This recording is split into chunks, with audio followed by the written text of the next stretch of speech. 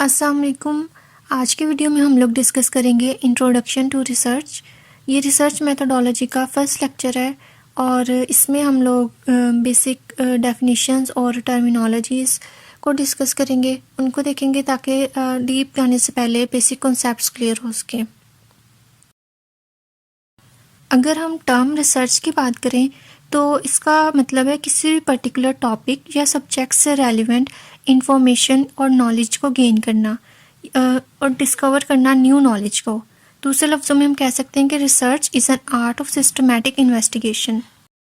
Systematic investigation क्या होती है कि इंफॉर्मेशन को डिफरेंट सोर्सेज से गैदर करना या इकट्ठा करना और फिर उसको एनालाइज करना।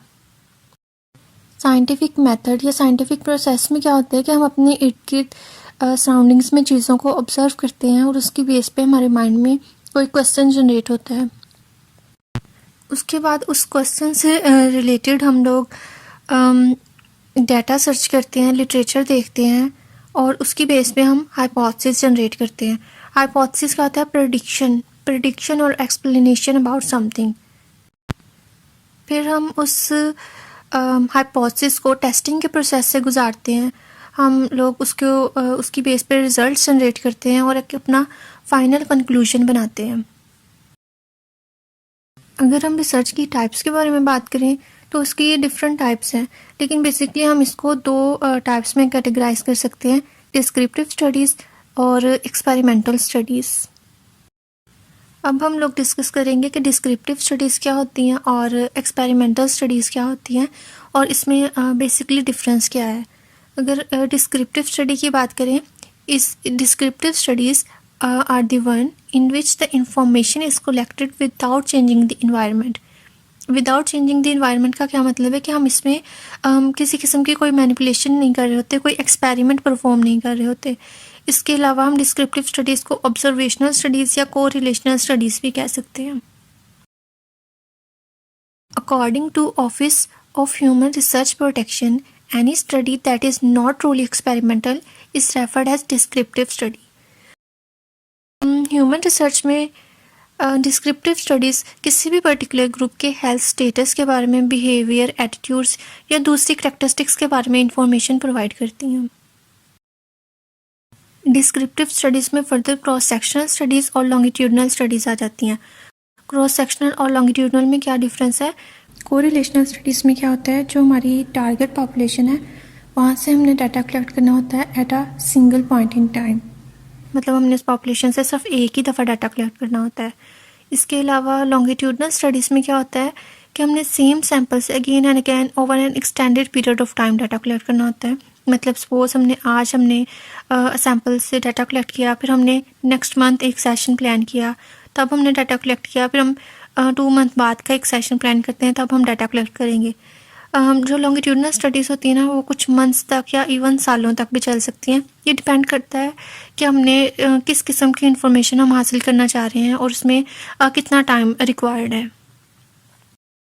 डिस्क्रिप्टिव स्टडीज़ में जो हमने डाटा कलेक्ट करना होता है या जो इन्फॉर्मेशन लेनी होती है पार्टिसिपेंट्स से, वो हम 2 तरीके से ले सकते हैं। एक तो डायरेक्टली इंटरेक्ट करके पार्टिसिपेंट्स के साथ, और दूसरा without any interaction. Directly interact करके हम इंटरव्यूज़ के थ्रू ले सकते हैं डाटा, या उनसे सर्वे फॉर्म्स फिल करवा सकते हैं। और दूसरा ये कि हम विदाउट एनी इंटरेक्शन कैसे डाटा कलेक्ट कर सकते हैं। इसके लिए हम किसी वॉल पे पोस्टर लगा सकते हैं और पार्टिसिपेंट का जो रिस्पॉन्स होगा हम उसको ऑब्ज़र्व कर सकते हैं। इसके अलावा हम जो पार्टिसिपेंट्स का डाटा है वो किसी एग्जिस्टिंग रिकॉर्ड से ले सकते हैं, मतलब किसी हॉस्पिटल के मेडिकल रिकॉर्ड से हम पेशेंट्स का डाटा ले सकते हैं और उसको अपनी स्टडी में इंक्लूड कर सकते हैं। डिस्क्रिप्टिव स्टडीज़ के अलावा हमारे पास एक्सपेरिमेंटल स्टडीज़ होती हैं। ये नेम से ही ज़ाहिर हो रहा है कि इसमें हम किसी भी ट्रीटमेंट को या प्रोसीजर को पार्टिसिपेंट्स के ऊपर अप्लाई करते हैं, उसकी बेस पे हम रिज़ल्ट जनरेट करते हैं और उन ट्रीटमेंट्स का या प्रोसीजर का जो आउटकम्स हैं उनको ऑब्जर्व करते हैं। एक्सपेरिमेंटल स्टडीज़ भी हमारे पास डिफरेंट टाइप्स की होती हैं। इसमें कॉसी एक्सपेरिमेंटल स्टडीज़ आ जाती हैं और ट्रू एक्सपेरिमेंटल स्टडीज़ आ जाती हैं। इसकी सब टाइप्स के बारे में हम लोग नेक्स्ट लेक्चर्स में डिस्कस करेंगे। अब नेक्स्ट हम कुछ टर्मिनोलॉजीज़ के बारे में डिस्कस करेंगे। क्वांटिटेटिव रिसर्च मैथडोलॉजीज़ क्या होती हैं या फिर क्वालिटेटिव रिसर्च मैथडोलॉजीज़ क्या होती हैं, इन चीज़ों के बारे में देखेंगे। Qualitative, quantitative and mixed methods. These are different types of methodologies that distinguished by whether they focus on words, numbers or both. Qualitative research वो होती है जिसमें हम वर्ड्स पे या टेक्सचुअल डाटा को कलेक्ट करने में और उसको एनालाइज करने पे फोकस करते हैं। इसके अलावा क्वालिटेटिव एनालिसिस में सॉफ्टवेयर डाटा पॉइंट पे फोकस होता है, जैसा कि बॉडी लैंग्वेज या फिर विजुअल एलिमेंट्स। जबकि क्वांटिटेटिव रिसर्च में हम फोकस करते हैं मेजरमेंट्स पे या टेस्टिंग पे by using numerical data. Qualitative methodology को हम तब यूज़ करते हैं जब हमारी रिसर्च के aims and objective are exploratory in nature. इसका क्या मतलब है कि हम क्वालिटेटिव मेथोडोलॉजी को किसी भी इवेंट के बारे में लोगों के परसेप्शंस या फिर एटीट्यूड को अंडरस्टैंड करने के लिए यूज़ करते हैं। जबकि जो क्वांटिटेटिव मेथोडोलॉजी है इसको हम तब यूज़ करते हैं जब हमारी रिसर्च के aims and objective are confirmatory in nature. Quantitative methodology को हम दो वेरिएबल्स के दरमियान रिलेशनशिप को मेजर करने के लिए या जो हमने हाइपोथेसिस बनाया हो उसको टेस्ट करने के लिए यूज़ करते हैं।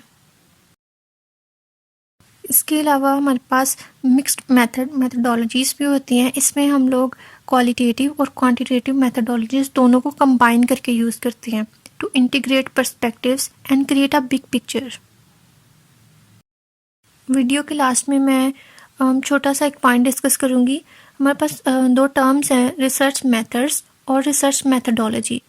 ये दोनों टर्म्स हैं क्या और इनमें क्या डिफरेंस है, इसके बारे में हम लोग डिस्कस करेंगे।